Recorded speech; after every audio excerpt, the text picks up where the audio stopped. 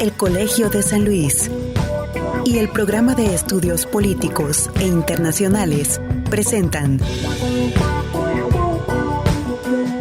San Luis Potosí, Segundos al Alba, instantes para una memoria compartida. Con Tomás Calvillo.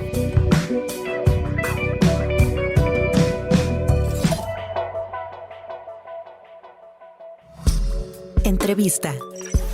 Javier Sicilia, primera parte.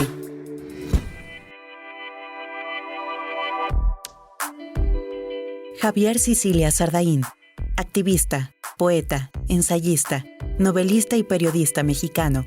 Nació en la Ciudad de México el 31 de mayo de 1956. Poeta, narrador y ensayista. Estudió letras francesas en la Facultad de Filosofía y Letras de la UNAM. Ha sido editor en las Direcciones Generales de Difusión Cultural de la UNAM y de la UAM, guionista de cine y televisión, coordinador de talleres de poesía, fundador y director de El Telar, jefe de redacción de la Revista de Poesía, director de Ixtus, miembro del Consejo de Redacción de los Universitarios y del Consejo Editorial de Cartapacios, colaborador de Cartapacios, Casa del Tiempo, Excelsior, La Gaceta del Fondo de Cultura Económica, Proceso, Sábado, Siempre, Territorios, 1+1, Versus y Vuelta, profesor de Literatura, Estética y Guionismo de la Universidad Autónoma del Estado de Morelos y en la Universidad La Salle de Cuernavaca. Miembro del Sistema Nacional de Creadores del Arte desde 1995. Obtuvo el Premio José Fuentes Mares en 1991 por El Bautista.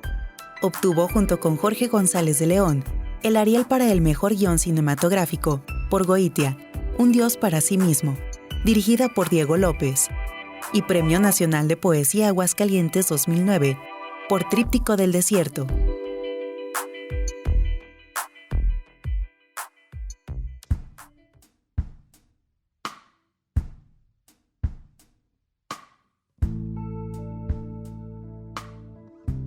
Buenos días, otra vez aquí en la mesa del programa de San Luis Potosí, Segundos al Alba, instantes para una memoria compartida. Y me da muchísimo gusto tener aquí a Javier Sicilia. Javier, pues esta es una conversación, a mí me gustaría que fuera una conversación como la que hemos tenido durante una buena cantidad de años. Más de 40 años, Tomasito. Más de 40 años. Y creo que si te quieres acercar un poquitito más al micrófono, más de 40 años, como lo mencionas, y quisiera en realidad que pudiéramos tocar esa conversación de hace 40 años en un tema que tú te has metido de fondo en términos de escribir, de leer, de reflexionar, de discutir. Pero es un tema que compartimos, que si lo resumiera en una palabra sería el misterio de la propia vida. Ajá, sí. El gran misterio. Sí, es decir, ¿cómo entras tú o cómo recuerdas tú esta primera experiencia, esta inquietud que te llevó a, pues casi a una vida religiosa, o sea, en términos de elección profesional, de dedicarte a una vida religiosa, muy al principio de la experiencia de la adolescencia, de la primera parte de la universidad? ¿Cómo entras? ¿Cómo nos platicas esto? Bueno, esto que llamas misterio, pues pertenece a un universo que no es del orden de la racionalidad pura, es lo que le llaman en filosofía metafísica o en tradiciones. Todas las tradiciones son espirituales, pero en su profundidad espiritual lo llaman lo inefable, pues aquello que, lo luminoso, decía Rudolf Otto, ¿no? Aquello de lo cual no se puede decir, ¿no? Porque nos sobrepasa nuestra razón, sobrepasa nuestro lenguaje, y sin embargo se media, ¿no? Es decir, yo creo que las tradiciones religiosas son un intento de mediar entre lo inefable y el mundo de los seres humanos, que es de la palabra, y poder hacer visible algo de ese inmenso misterio. Yo, bueno, como muchísimos, como tú también, más que tú luego tomaste otro derrotero dentro de las tradiciones espirituales, pues mi mediación, mi punto de anclaje, mi punto de referencialidad, pues es la tradición católica, ¿no? El cristianismo, el evangelio, y en su particularidad católica. Yo nací en una familia católica con un padre profundamente católico y poeta, ¿no? Entonces, cuando dices profundamente, ¿cómo lo encarnas eso? ¿Cómo lo recuerdas? Ese término, ¿no? Veníamos de un medio católico también, el mío, pero no eran practicantes o la gente iba de vez en cuando a la misa, en fin. Pero ¿cómo distingues a alguien que se compromete con esa tradición? Bueno, mi padre católico en el más pleno sentido de la palabra, y tenía un plus, ¿no? ¿En qué sentido más pleno de la palabra? Un hombre que asume la interpretación dogmática del catolicismo, que va a misa, ¿no? Los domingos nos lleva a misa, que nos lee el evangelio, que se lo toma en serio, ¿no? Y por otro lado, su condición de poeta, que le permitía una aproximación que sobrepasaba, desde mi punto de vista, el tema doctrinal, ¿no? de la Iglesia, esto que hace posible que nos reunamos alrededor de algo, ¿no? Y era pues este plus poético, ¿no? Este plus que lo hacía sobrepasar la dogmática y revelar cuestiones que no, o hacer compatible cosas que parecían incompatibles dentro de la dogmática, ¿no? Y en ese sentido yo por eso, para mí, la poesía y el arte están muy vinculados con mi tradición espiritual. No sé si me explico, con esta forma de decir, yo nací oyendo el evangelio, nací oyendo a los profetas, que son los poetas de la tradición hebrea antigua y de la tradición católica, cristiana en general, y por otro lado a los poetas que no pertenecen, pero que vienen de esa cepa, aunque no pertenezcan doctrinalmente hablando. Y entonces para mí está asociado ese mundo de la palabra poética con el mundo de la palabra evangélica, con el mundo de la liturgia, que es una forma de la expresión a través del arte, del misterio. Están profundamente imbricadas en mí, ¿no? Sí. Cuando tienes esta... bueno, yo recuerdo esta experiencia que compartimos en la secundaria prácticamente, cuando empieza uno a vislumbrar su construcción de su propia identidad, llamémosle, ¿no? De alguna manera. Esta mirada, que yo creo que nunca la has dejado, sí ha pasado por procesos complejos, pero esta mirada, quisiera resumirla, de pensar que lo que es visible no explica lo que vivimos, es decir, esta otra parte, llamémosle invisible, que no se puede tocar, está detrás de todo, y tú lo veías o lo vislumbrabas, lo acabas de mencionar, un poco traducido en la poesía, pero también en la tradición católica. ¿Cómo entra esta parte que después se va a bifurcar con la parte social? Porque te tocan los años 70, son los 70, y tú ya vienes, como lo mencionas, de esta tradición, y de pronto entras a una escuela de alguna manera vinculada a la tradición católica, pero entras en estos años 70, que hay una pues podríamos llamar hasta ruptura dentro de la Iglesia Católica, y tiene que ver con lo social, con lo más tangible, es decir, estas dos partes que están ahí. Mira, ahorita que mencionas eso, y yo creo que ahí, yo ya que estamos hablando de biografías, me encuentro contigo en esa preparatoria que fue el INUMIC, el Instituto de Humanidades y Ciencias, que estaba en Tlalpan, y que era una escuela apostólica, una escuela donde se formaban los primeros posibles sacerdotes, ¿no? Y después le abren a los laicos y nosotros entramos con la camada de los laicos, ¿no? Yo venía de una extraña experiencia, Tomás, cuando llego al INUMIG y nos encontramos. Estamos hablando de más de 40 años, estamos hablando de los 70 justamente, ¿no? Yo venía de una mala experiencia porque a mí no me bastaba el asunto doctrinal, ¿no? La poesía me abría a esos universos, pero no podía acceder a ella porque yo pensaba que era un universo de adultos, porque me formo en una familia también de lectores, pero mi mundo alrededor no tiene, es un mundo muy burgués, ¿no? Y de la burguesía mexicana que es muy ignorante. Mis amigos no leían, en las familias de mis amigos no había libros como en mi casa. Entonces, mi referencia era mi padre y la biblioteca, la pequeña biblioteca de mi papá. Me pareció un mundo muy lejano.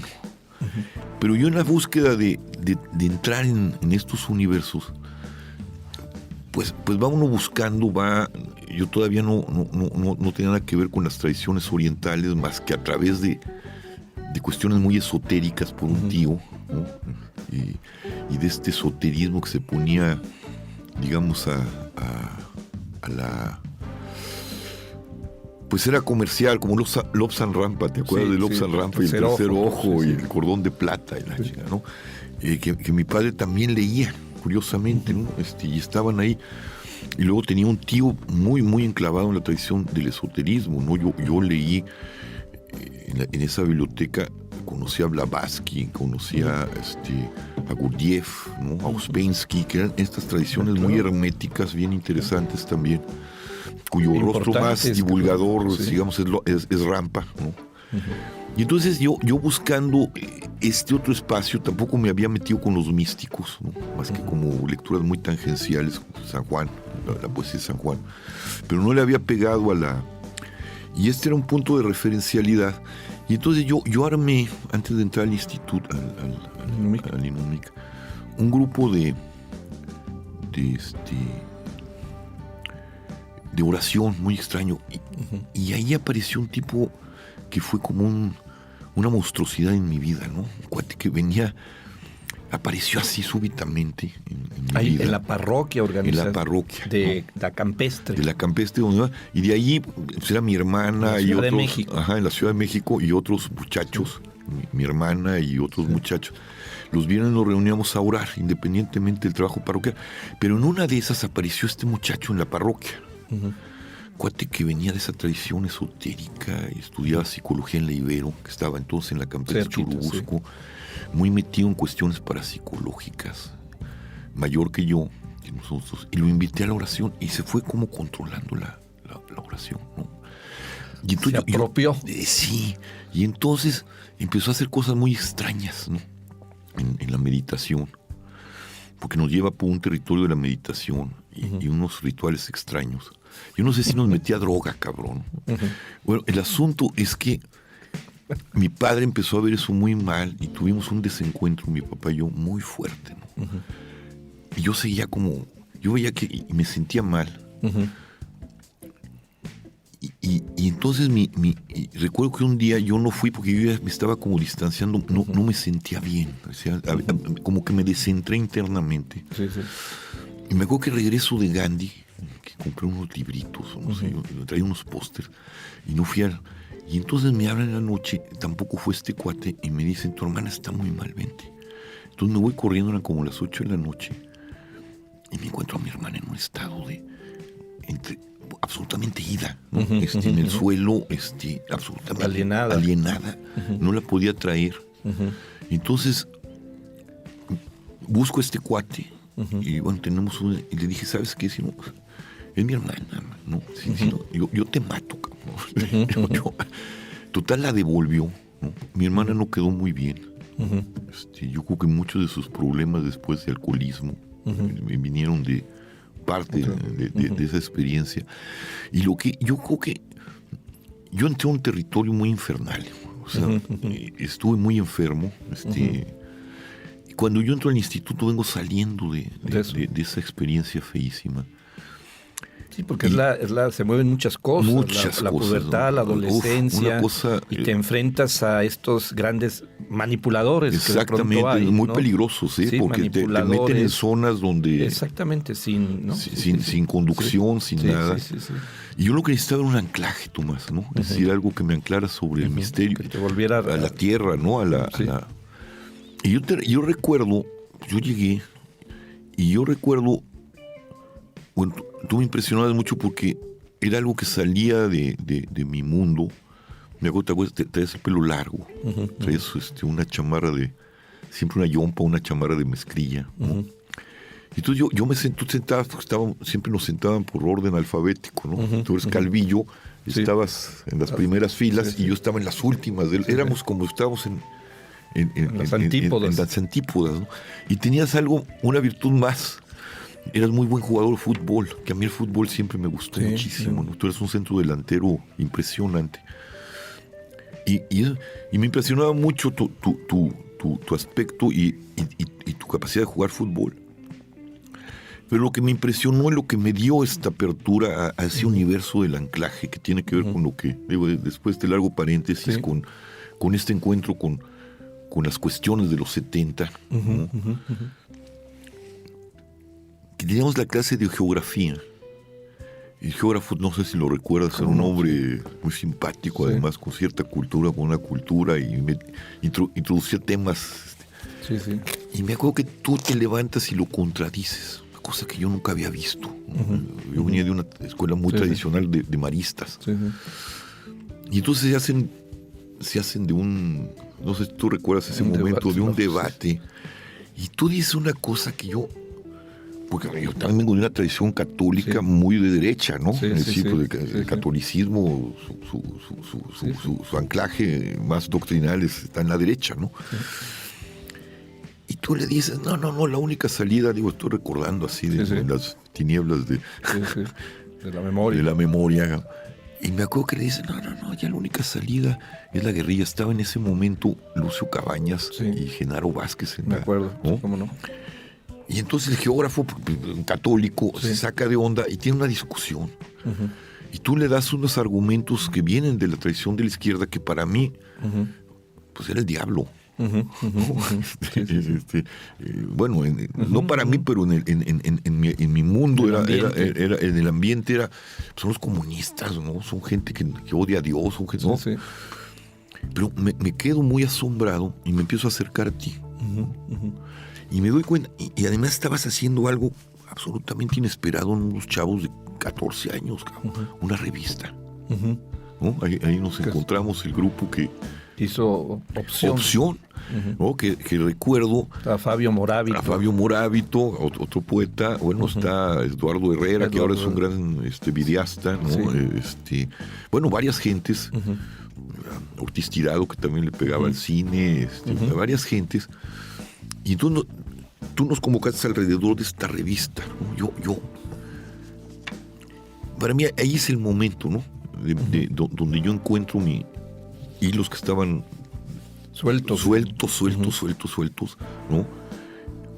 Y recuerdo, ¿te acuerdas? El primer número que fue un escándalo, el primer número de Opción, que traía dibujado por Eduardo Herrera al Che Guevara, la famosa foto de Corda, ¿no? La Che Guevara en la portada. En la portada.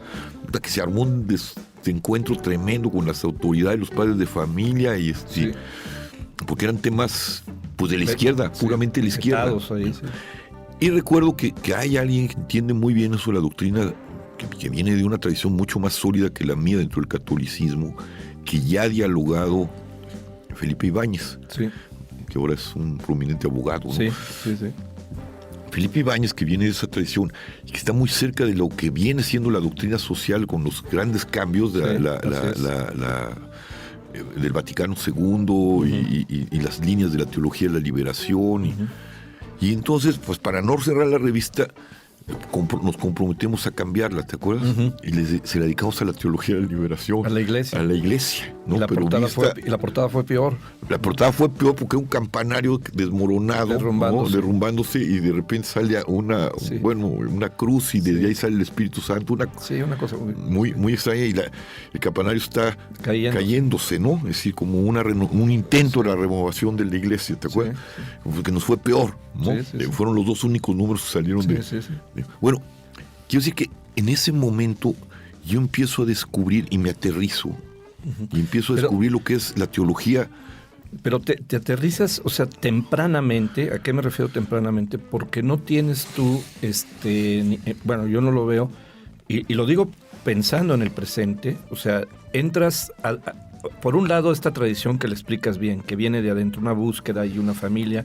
Dos, este momento de la adolescencia que compartimos, que son los 70, la figura del Che Guevara muy emblemática, en fin. Camilo Torres, ¿no? Toda esta al gente, cual que le dedicamos un poema. ¿no? Tuyo, sí. Entonces, estás en eso, pero tú de lleno, o sea, no dudas, o sea, yo lo que veo, no sé, pero no dudas de esa tradición, o sea, no dudas de tu tradición, encuentras esta veta y te vas a las dos partes. Por un lado bien, camina la poesía, pero por el otro lado, cuando empieza la Gandhi, no terminaríamos de platicar todo eso, pero te vas a la parte social comprometida de la teología de la liberación. Pero mediado también por un personaje que también había leído en mi infancia, porque mi madre, que a diferencia de mi padre era un hombre más espiritual, mi madre una mujer muy moralista, pero tenía como uno de sus grandes íconos a Gandhi. ¿No? Tenía la biografía de Fisher, que me acuerdo que leí, que es una biografía fantástica, la mejor de Gandhi que yo conozco. Y entonces entre esto que tú me revelas, el Che, Camilo Torres, las vertientes,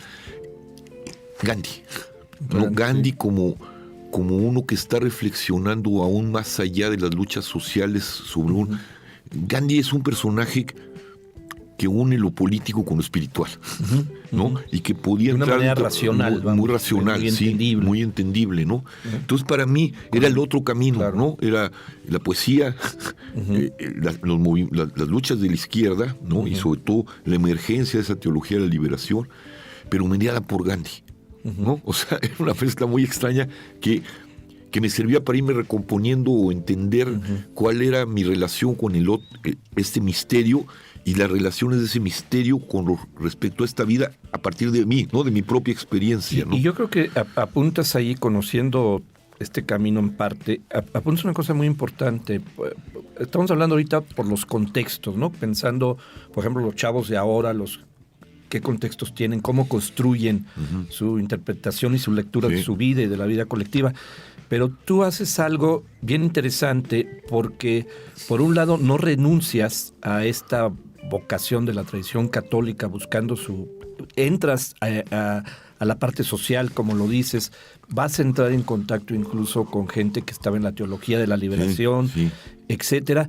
Pero curiosamente, tú mantienes una mirada muy personal, y ahí me remitiría tal vez después, a ver si podemos entrar a la literatura católica francesa, ¿no?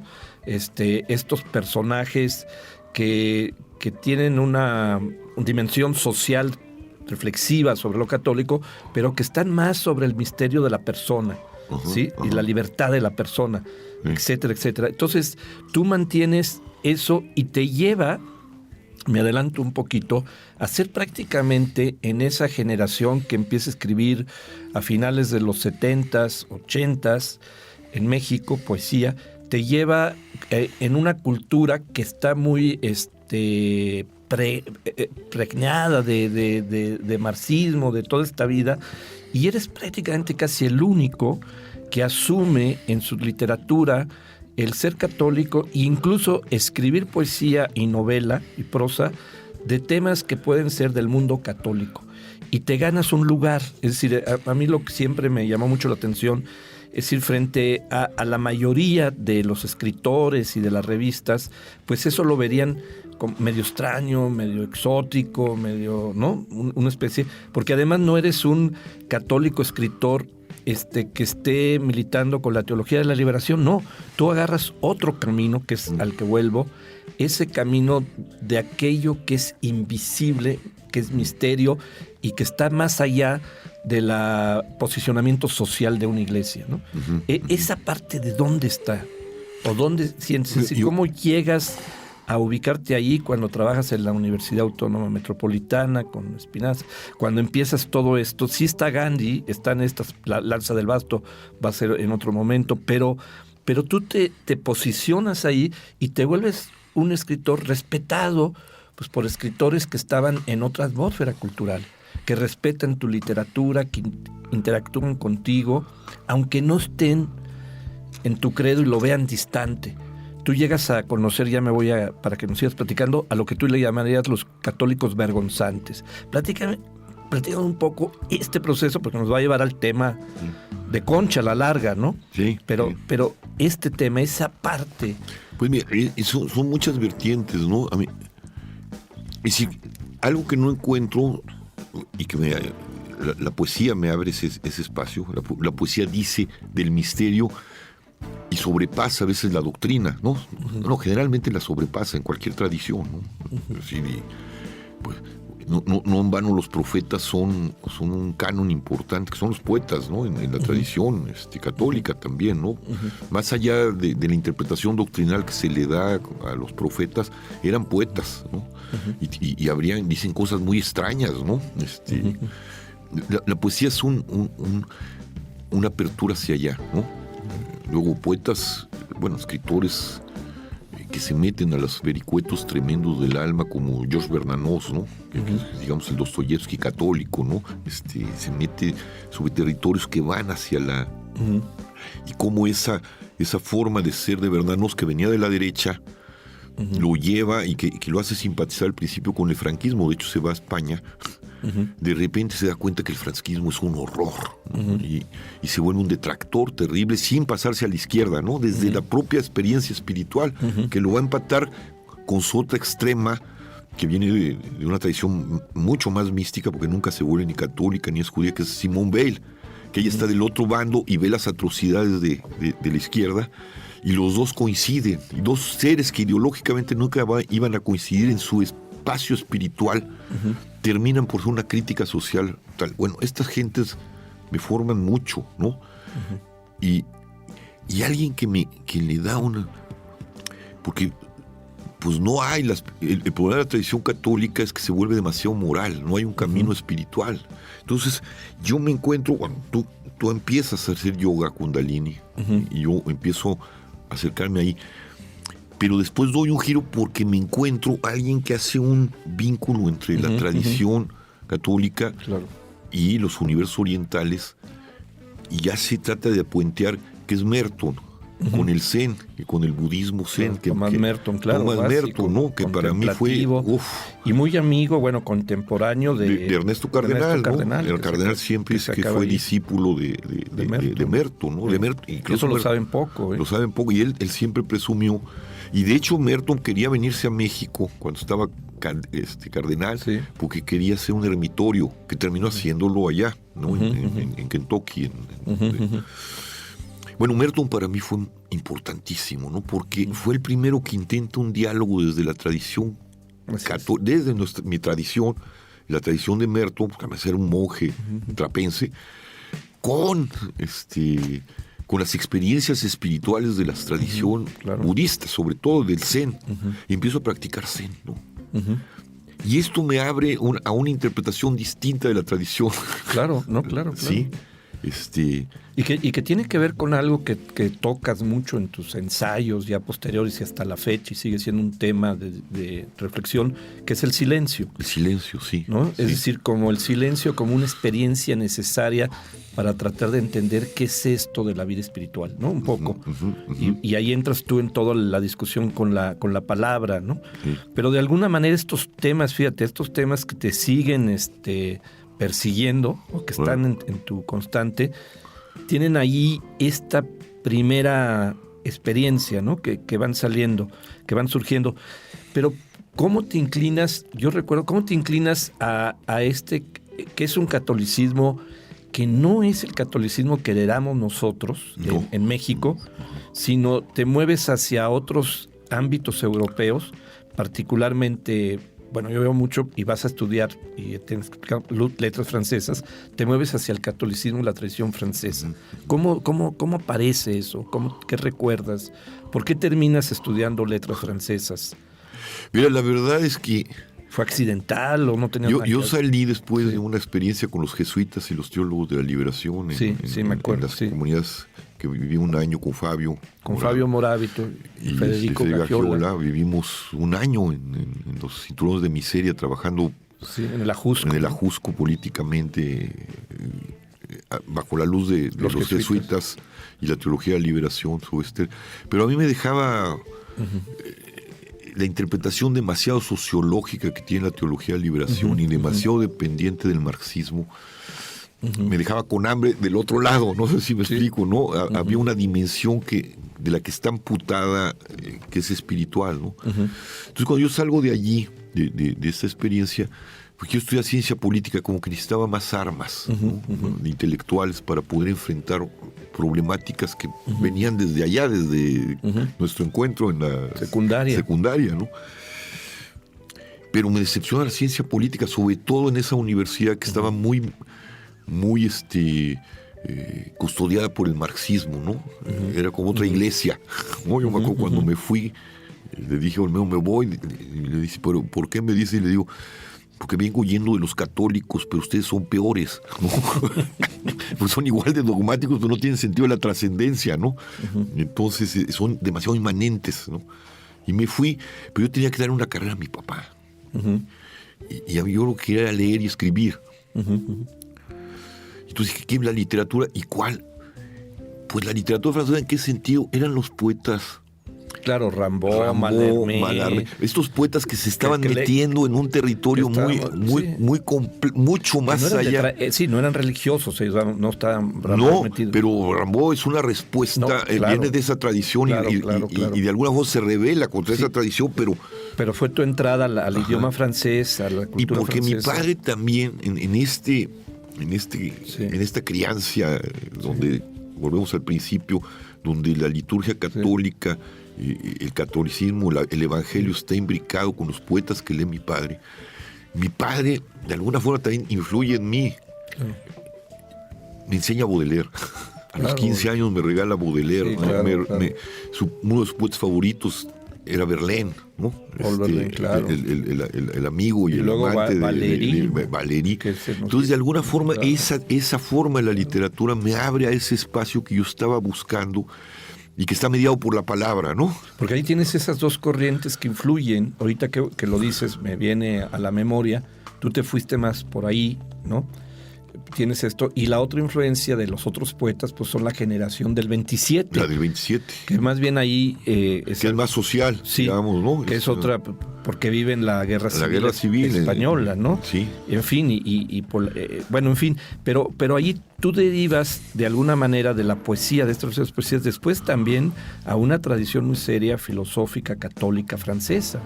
Bueno, ¿no? pues si viene alguien que puentea también, Tomás, entre lo social de la izquierda, ¿no? Pero ese sí con no marxizada, y la tradición espiritual, que es lo que se llama el personalismo, ¿no? Claro. Con Emmanuel Mounier. Exactamente. Que yo leo el manifiesto al servicio del personalismo en casa de tu papá. Sí. De hecho, he de confesar que ¿Te lo llevaste? Me lo llevé. Seguro. Lo tengo en mi casa. Nos acusaba a sus hijos de que ya no trajeran a sus amigos, que entre sus hijos y sus amigos de sus hijos estaban saqueando la biblioteca. Yo tengo 2 libros de la biblioteca de don Manolo, que deberían de estar acá en el Colegio de México, que aquí se trajo la biblioteca aquí de don hace Manolo. La promesa de que los va a donar aquí. Que son el manifiesto del servicio del personalismo y la confrontación o el afrontamiento cristiano. Sí. Esos 2 libros me los llevé a casa de tu papá, y que para mí fueron reveladores, claro. Porque era la mediación entre pero traías una brújula, y es una brújula interna. Es una brújula interna, que traías porque interna. Pues era una biblioteca muy grande y como imán irte sobre esos libros y empezar y parte de lo que nos estás platicando, pues era esa atmósfera, esa búsqueda de... Sí, pero esa brújula interna, eso que dices, que de lo cual uno no sabe cómo dar cuenta, pero que esa brújula te permite ir a una experiencia monstruosa como la que tuve, al encuentro contigo, y de ese encuentro contigo a una biblioteca que para mí fue fundamental, que fue la de tu papá. Para muchos fue, ¿no? sí. ¿No? A estos diálogos que tuvimos, pero siempre uno toma de acá, por esa brújula interna, y toma de acá, y se va construyendo, ¿no? Sí. Ahora, no toma un solo camino, es una zona... Ahí mencionas algo que es un poco más general, pero... Y vamos a permitirnos estar... Imponeando. Sí, yendo y viniendo un poco en el tiempo, porque eres un lector, eres un literato, no podía ser de otra manera, pero un hombre de letras, de libros. O sea, siempre fuiste un lector, ¿no? En una época, hoy en día, que estamos viviendo, en donde esta tradición, no digo que desaparezca, pero hay una ruptura en esta tradición de la lectura, de leer, como tú lo decías. Tú creces leyendo, o sea, y eras un buen lector, vamos, ¿sí? Y eso, el origen es por lo que mencionas, es tu padre. Luego hay el reforzamiento de la biblioteca de mi padre. Sí. Pero tú continúas, o sea, y en esta búsqueda te metes, sigo insistiendo, a una atmósfera cultural que revitalizas, esa es mi hipótesis, revitalizas la tradición intelectual católica en México, que se había casi desaparecido, pues por la historia política entre la Iglesia y el Estado, la construcción jacobina, en fin, sí, todas las razones que hay país, para la derecha católica que pierde esa guerra, etcétera. Y entonces toda esta cultura católica queda como marginada, ¿no?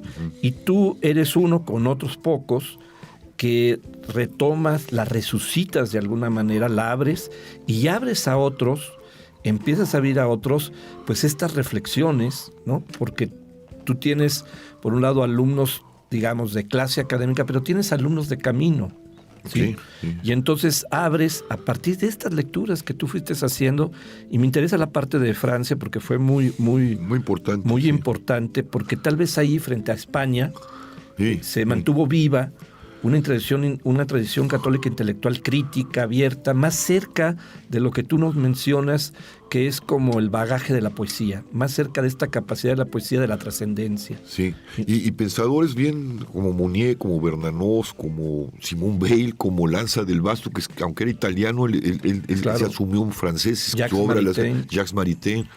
Es decir, una tradición que logra discutir consigo misma, porque se parece mucho a México, pero sin embargo sus intelectuales católicos tenían una altura tremenda, que pudieron dialogar con esa cultura y discutir con la cultura jacobina y con el marxismo y retomar y bueno, y sus poetas, ¿no? Fíjate que aquí estamos tocando un tema bien importante, palabra para hacerlo, que es esta distorsión que produjo la historia política del país, con todas las razones, pero que dejó mal parado toda una tradición intelectual, que era la tradición intelectual católica, la desplazó, la marginó, y los mismos católicos se encerraron, ¿no? Sí, eso que hablabas tú del católico vergonzante, ¿no? Sí. Como, digo, con todo y todo sobre el micrófono. Sí, como Gabriel Said, que viene de esa tradición, pero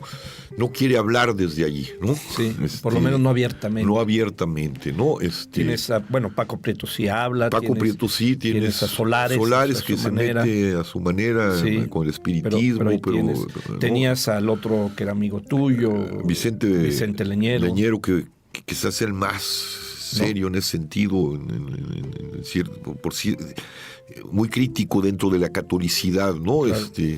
Pero también yo me acuerdo de las reuniones, porque todavía nos seguimos, ya hace mucho que no voy al grupo Chesterton, que encabeza Gabriel Said, que pues nos reunimos como si fuera una enfermedad, ¿no? Son los católicos intelectuales que no podemos discutir estos temas fuera de... O nos reuníamos con Vicente Leñero, del otro lado, Solares, Paco Prieto, hablar de estas cosas que a ellos no les gusta hablar públicamente, ¿no? Ahora, estabas ahí entre raro y extraño para la curia católica, o sea, tendrías tus 2 o 3 sacerdotes amigos, pero eras un intelectual crítico, muy crítico. Sí, sí. Y por otro lado, en la atmósfera tradicional intelectual de México, pues también te veían raro por esto mismo, ¿no? Este cuate es demasiado religioso, entre comillas, ¿no? Sí. ¿Cómo sostienes, y ahí creo que hay un punto importante, esta construcción misma, porque tuviste que tener valor? Si algo nos deja Javier Sicilia y nos ha mostrado en los últimos años es coraje, ¿no? Coraje en el término más valioso de esa palabra, que tiene la parte del incendio, del enojo, pero que tiene también la parte del carácter, ¿no? De la fuerza. Sí, yo creo que la palabra francesa que se parece es courage, ¿no? Sí. Cuando los franceses vienes de Sanio, te dicen courage, ¿no? Valor, que tiene que ver con el valor, con todo lo que estás definiendo. Sí. Y yo creo que eso palabra. lo hiciste mucho en la literatura porque abres un espacio y construyes una revista. O sea, frente a esto que dices de los católicos vergonzantes o marginados o tímidos, como queramos llamarle, donde tú lo que haces es abrir un espacio para juntémonos abiertamente a partir de una revista que entra al mundo cotidiano de los laicos, al mundanal ruido, y ahí vamos a discutir el mundo contemporáneo. Y tenemos el derecho de discutirlo sin ser sacerdotes, sin ser religiosos, pero creyentes de una tradición espiritual, ¿no? Sí. Esa parte. Sí, como que fue Ixtus y después se continuó con Conspiratio, ¿no? ¿Cómo surge Ixtus en esa parte? Porque es que pues fue ya después de la universidad. Sí, mira, yo recuerdo, y otra vez, disculpa que haga referencias a ti. Sí. Yo me acuerdo que tú andabas también buscando un camino, estabas haciendo yoga y estabas haciendo karate y bueno, explorando también desde, ¿no? Y yoga Kundalini, que me rompieron la cara. Ese es el momento. Tú estabas haciendo muy duro yoga Kundalini, del cual te volviste un maestro de esa tradición Sikh, y lo estabas combinando con el karate, ¿no? Estabas metiendo otra disciplina también oriental de otro tipo, pero que son complementarias de alguna forma. Me acuerdo que me llama tu padre y estaba muy angustiado porque te habían roto la cara. Bueno, partido la cara. Entonces, sí. Entonces yo llego al hospital, fue el seguro, si no me equivoco. Ahí estaba tu padre, estaba don Manolo. Verdaderamente nunca lo había visto tan descompuesto. Y me dice, está ahí, Tomás, lo van a operar.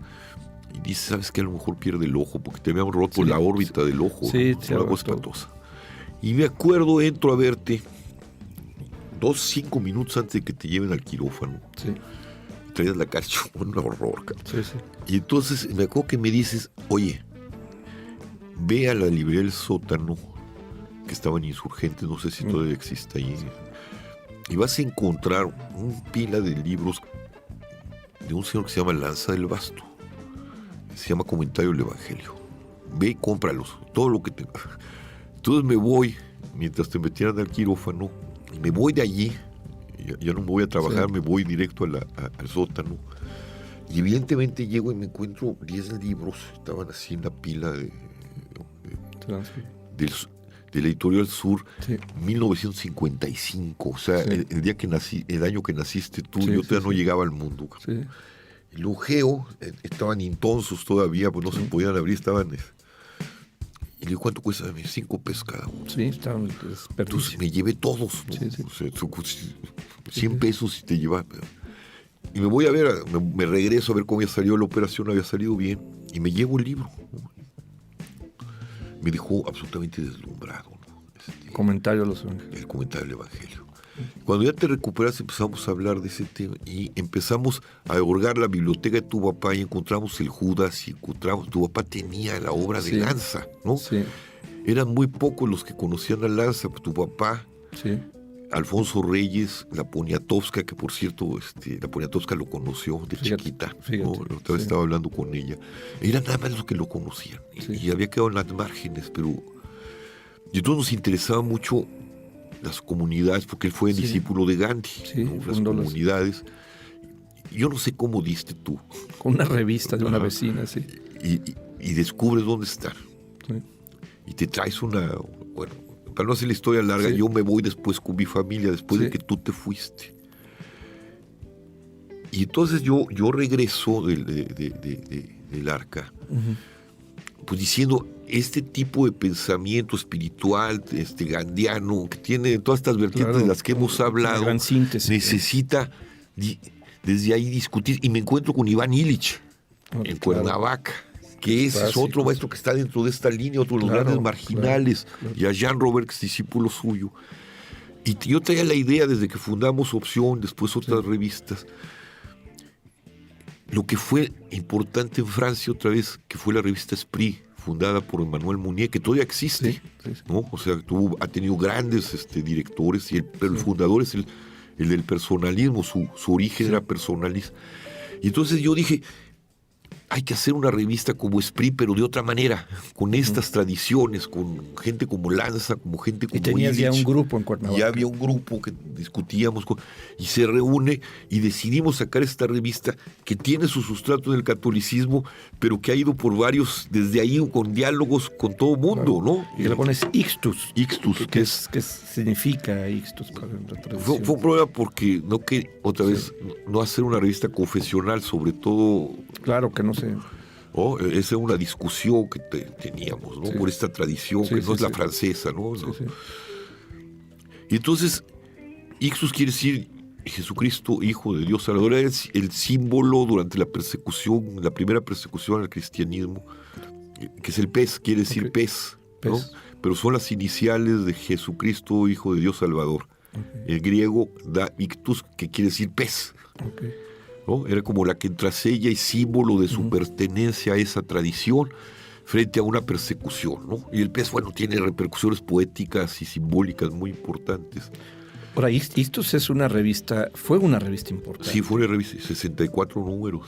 O sea, fue la primera, y yo creo que en América Latina, me atrevería a decir. Y yo creo que a nivel... En lengua española. O sea, yo creo que ni España había una revista así, de ese nivel, y convergiendo gente que está pensando el mundo contemporáneo desde una parte no de iglesia, no doctrinaria, pero sí bebiendo de una tradición, ¿no? Ajá, como espiritual. Puente que te permite entrar a lo otro, ¿no? Y un diálogo con otros, ¿no? ¿Y cómo le fue a Ixtus? ¿Cómo sientes que fue Ixtus? Yo creo que le fue bien, Tomás, dentro de lo que es esta cultura, ¿no? Yo creo que es una revista que mucha gente extraña. Sí, claro. Y yo creo que nos permitió un espacio de reflexión, no solo porque no se trataba nada más de escribir y mandar el artículo, sino de sentarnos una vez a la semana a reflexionar sobre los temas y pensar a la luz de todo esto. Es decir, yo creo que se logró crear una forma de mirar el mundo distinta, nueva, ahora, no de las consabidas, ¿no? El Ixtus, que habrá que hacerle una revisión, ¿no? Número por número, pero el número que fue más público fue el del escándalo, ¿no? El de la Virgen. Porque parece que vivimos ese mundo, vivimos el mundo del escándalo, que eso es bien interesante porque te deja ver esta otra parte de la cultura, ¿no? Hay un número dedicado a la Virgen de Guadalupe. Tú le haces una entrevista al entonces abad Guillermo Schulenburg. Esa entrevista, él dice una serie de cuestiones que ahorita nos platicas, pero esa entrevista, pues pasa desapercibida. Pues tirábamos 300 ejemplares, Tomás. ¿No? Pasa desapercibida, y meses después, si no digo años. Un año después, alguien la retoma en Italia. En la revista, una revista muy importante del Vaticano. Sí, la retoman en Italia y les sirve para golpear al abad y deshacerse del abad, ¿no? Digamos. Y no solo eso, de la abadía. O sea, ya no hay abad. Schulenburg fue el último abad. A ver, brevemente ahí, porque te deja ver esta parte que no era el tema de la revista, estar en esos espacios, pero fue inesperado. Entre los que hacían la revista Ixtus, tú lo recordarás, que ya murió por desgracia, había un pintor, Ricardo Newman, muy católico, muy guadalupano, muy mariano, ¿no? Y mariano en el sentido guadalupano, ¿no? Sí. Él tenía su marianismo, tenía una debilidad profunda por la Virgen de Guadalupe, ¿no? Que ahí hay un tema, no lo toquemos, pero un tema muy complejo. Complejísimo. Pero la relación género-Virgen de Guadalupe, la presencia y en casos como México, ¿no? Sí, ese sería un tema interesantísimo. Sí. Y con respecto a lo que va a pasar, lo que va a pasar el 9 de... Así es, porque la Virgen de Guadalupe siempre ha sido en la construcción, entre comillas, nacional de estos términos que están en disputa, siempre ha sido libertaria, ¿no? Absolutamente. Siempre ha sido una imagen revolucionaria. Sí, ¿no? Siempre. Hidalgo, el zapatismo. Desde el origen. Sí, desde el origen, ¿no? Bueno, desde el hecho de ir al encuentro del indígena, fíjate, ¿no? mucho más revolucionaria que los discursos, porque cuando Hidalgo y la historia que la vincula a Hidalgo en realidad era una restauración a lo que llamaba, ¿no? La invasión napoleónica, que vuelve el rey de España, y realmente la Virgen de Guadalupe, que identifica a una gran parte de la población, era la que llevaba el emblema revolucionario. Exactamente. ¿no? Que y va al encuentro de los excluidos, ¿no? Sí. Desde el mensaje. Y ustedes dedicaron un número a la Virgen. Sí, porque Newman decía que la iglesia tenía secuestrada a la Virgen y que había que tomar la basílica y devolverle al pueblo a la Virgen, ¿no? Sí, devolverle, ¿no? Entonces, que la administraba la iglesia. Exactamente. ¿No? Entonces, incluso llegamos a idear la idea de tomar la basílica. Okay. No, yo le dije a Newman, ¿sabes qué? No salimos vivos, hijo, porque claro. No se va a entender el mensaje. Tomémosla de otra manera. Pensemos el misterio. De hecho, el número se llama El Misterio de Guadalupe. Sí. Entonces entrevistamos a mucha gente. Fue una revista hecha de entrevistas. Entrevistamos a Thié. Entonces, Alberto Atié, que entonces, y además es a muchos guadalupanos, tanto aparicionistas como no aparicionistas, ¿no? Pero nos reservamos la entrevista fundamental porque era el custodio de la fe. Y otra que queríamos, que nunca se pudo hacer ahorita, a Echeverría, porque la nueva basílica, la que conocemos ahora, la que se hizo con el echeverrismo, y Newman quería saber los vínculos entre la masonería y la iglesia, ¿no? Sí, entonces eran las dos entrevistas que teníamos así. Y a mí, Schulenburg en particular, porque yo por motivos familiares lo conocía desde chiquito, me molestaba y me causaba un enigma que fuera el custodio de la fe guadalupana y fuera un antiparicionista. Sí, no creía en la aparición. No creía en la aparición, me parecía un contrasentido.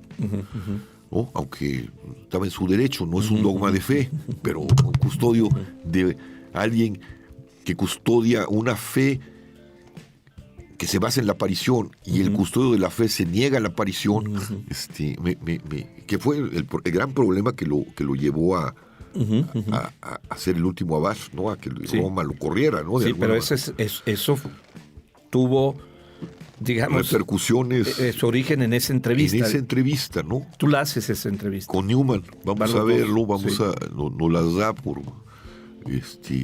y dice una cosa porque estaba próxima a la santificación de Juan Diego. Y entre la discusión, toda su argumentación desde un teólogo racionalista como era él era legítima. El problema es que cuando entramos a la custodia de la fe, y entonces él dice, Juan Diego no existe, es un símbolo. Él dice eso. Cuando lo están entrevistando, y yo le digo, pero ¿cómo? Le digo, si no el sujeto de la aparición no existe, pues entonces la aparición no existe. Ajá. ¿No? Es decir, siempre hablamos del fenómeno, pero del receptor del fenómeno generalmente no se habla, entonces no importa. Entonces él tiene su argumentación, ¿no? Tiene como O'Gorman, ¿no? La pintó el indio Marcos, etc. Toda la tesis antiaparicionistas, muy sólidos, pero él custodio de la fe. Entonces niega la existencia de Juan Diego, dice que es un símbolo, ya. Después de un año aparece en 30 Giorni, ¿no? Allá en ese diario, y se hace un escándalo muy fuerte, ¿no? Muy fuerte. Y hubo cosas, no es el tema, pero cosas tremendas ya dentro de la grilla de la iglesia, ¿no? La iglesia, los golpeteos de la iglesia, espantosa. Y quedó ahí sacrificado. Y pues a Schulenburg le quitan. Es el último abad, ya no, después de Schulenburg ya no hay abad. ¿Qué implica eso? Mira, ¿Qué implica el ser abad y el que deje de ser Es abad? complicado. En términos jerárquicos. La teología de administración. guadalupana, ¿no? Y ese Ajá. era también uno de los problemas con Schulenburg. Sí. El mandato de la Virgen a Juan Diego es ver con el obispo, ¿no? El custodio de esa fe es el obispo, digamos, jurídica y teológicamente. Y una de las cosas que quería Schulenburg era volverlo diócesis. Okay. O sea, quitarle su condición de abadía, de centro de referencialidad universal, custodiado por el obispado, hacerle una diócesis. Y ese era otro de los problemas políticos que estaban de fondo. O sea, tener más autonomía. Ajá. Frente... Pero eso fracturaba la teología, ¿no? Claro. Porque el mandato es al obispo. El custodio en realidad de esa cosa es el obispo, aunque tenga un carácter universal. Digamos que con esto vuelve otra vez a ser tomada por el obispo y ya no hay un custodio como abad, si fuera una cosa independiente. Te quitas ya de ese problema, vamos, de alguna manera también. Y eso significa que vuelve al control pero ya no hay un mediador como era el abad, sino al control absoluto por parte del obispo, el primado de México, digamos, ¿no? Digo, Schulenburg se enriqueció con la abadía, ¿no? Digámoslo, por desgracia, ¿no? Y ese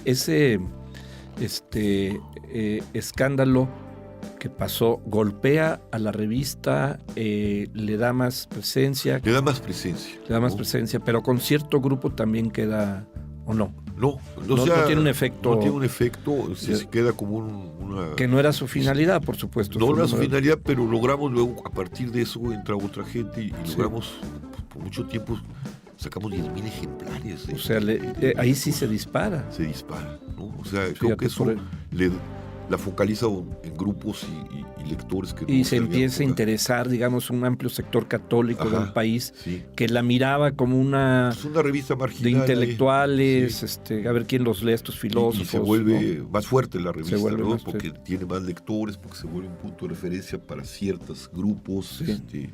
Entonces, sí, digamos que es un parteaguas importante la discusión con la Guadalupe. Este es el tema político, ¿no? Pero la revista en sí misma vale porque vuelve a repensar el tema de las apariciones, de la importancia de la canonización de Juan Diego, de la discusión con los antiparicionistas. Es decir, es una mirada que aporta cosas a una larga discusión que ha tenido este país desde la aparición de la Virgen, ¿no? Claro, pues eso te demuestra la relevancia de este espacio que te tocó impulsar con otros, de abrir, ¿no? Lo que son tradiciones culturales también, muy poderosas del país, que están poco reflexionadas de esta manera, o sea, de una manera con respeto, pero el respeto no implica la libertad crítica, ¿no? Exactamente. ¿no? Eso era Ixtus, con una gran libertad crítica, ¿no? Y se termina Ixtus, que dices que dura 60 y tantos. 64, no, 66. Sí. En ese proceso. Y en ese proceso de la formación de Ixtus, ¿qué experiencias recuerdas? Además de este caso, ¿no? Que fue un caso muy emblemático, el de la Virgen Guadalupe.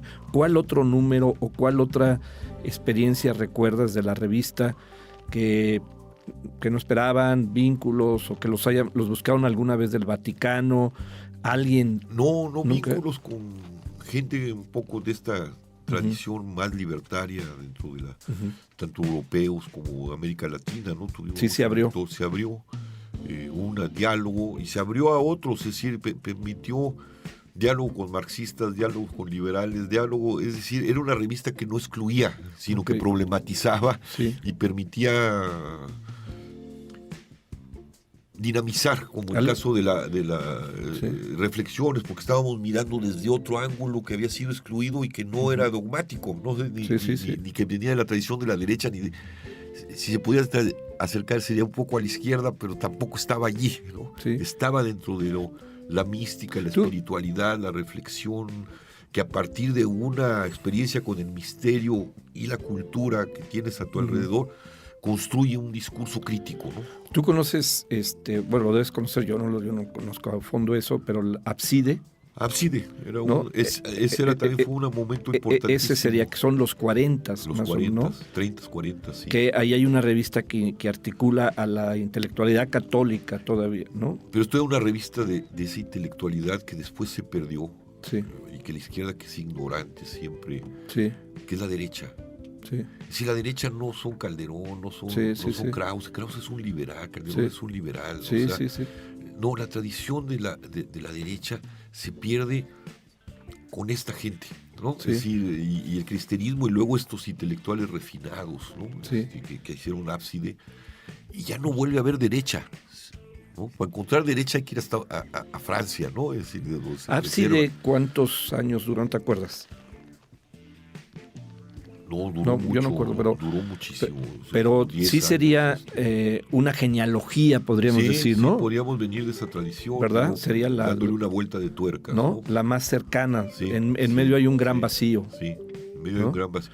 Hay otra que se llama que estuvo encabezándola otro gran poeta católico que viene de esa tradición, que es el padre Ponce, que fue Trento. Tiene un nombre de concilio, Sí, sí, sí, ¿no? Que- Creo que fue un poco antes de ábside. que fuera. Bueno, vamos a detenernos en esta parte, Javier Cilia, y volvemos en nuestro próximo programa, ¿sí? A retomar esta muy interesante conversación contigo.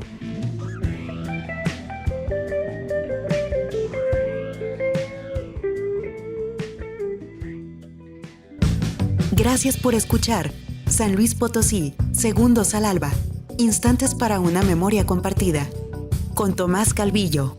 Música: Gato Fantasma, de Francesc Alcácer y Jordi Alcobe.